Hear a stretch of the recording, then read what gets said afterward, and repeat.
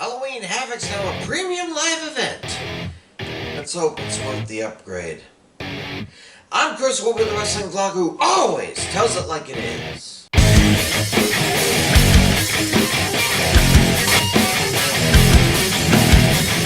For the last few years, NXT has appropriated the name of an old WCW pay-per-view and held it, well, right around this time of year. They took place in the WWE Performance Center. No idea if it's still called the Capitol Wrestling Center or not. And had more than one spin the wheel, make the deal matches. But now that it's a PLE for the first time in 22 years, I'm wondering if it deserves the raise. I mean, I still miss the Raw Roulette episode during the Attitude Era where every match was spin the wheel.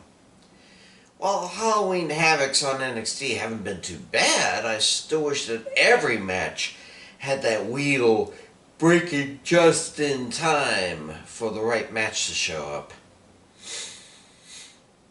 Just as long as we don't have a catch the midget match or the like, I'd be happy.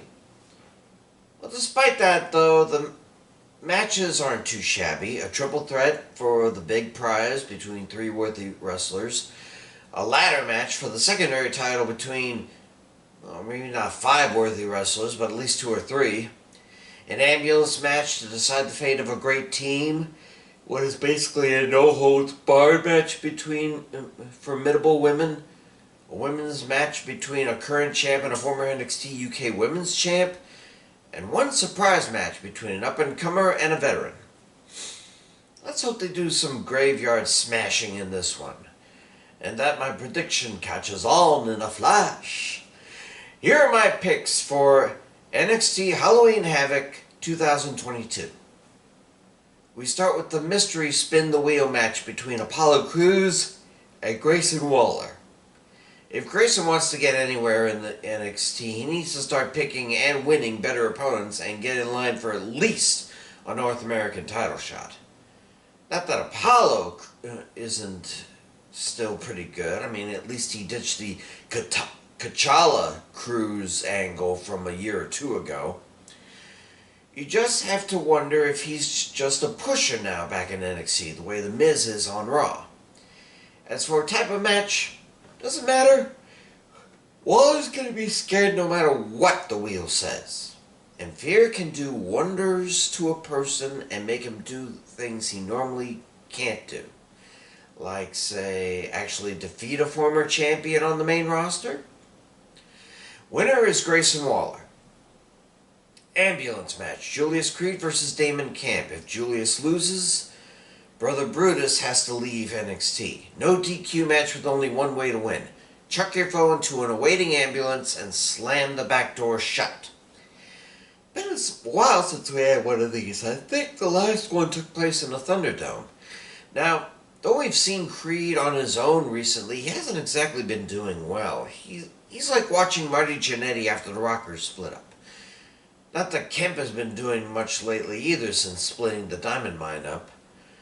The bottom line is whether or not Brutus has healed by now. If so, he should be able to help his bro at the best possible time. And this is what I think will happen. Yeah, Orlando Medical, reserve a bed for one in the ICU, please. Winner is Julius Creed. Weapons Wild match. Roxanne Perez versus Cora Jade. I'm guessing this will be kind of like a TLC match with all weapons available and usable. Pinfall submission in the ring only. But both women seem to be ready, willing, and able to push each other to the limit and then some. This animosity has been boiling over for some time, but where does Perez impress the big wigs when she was in a match on SmackDown a few weeks ago? She might be in position for a promotion, and to end her NXT career with a loss? That doesn't sound promising at all.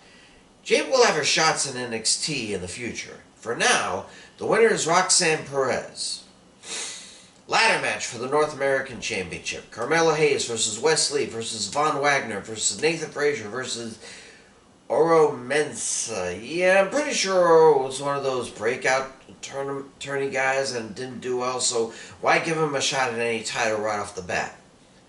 Nathan Frazier had a hell of a 2 out of 3 match with Kid Axiom and has a puncher's chance. Von Wagner should be a good pick for a champ too, as long as Mr. Stone stays out of things. But in the end, I honestly think it'll be between the former champ and the abandoned tag teamer. Yes, I'll admit, Lee has impressed me lately. He was finally able to finally transition from tag team to singles competition. If he or someone else can put Trick Williams down, then Wes should be the champion we need. Winner and new champ, Wes Lee. NXT Women's Championship. Mandy Rose defends against Alba Fire. Okay, let's face it, I think Toxic Attraction has run its course in WWE, even after Dolan and Jane lost the tag belts a few months ago.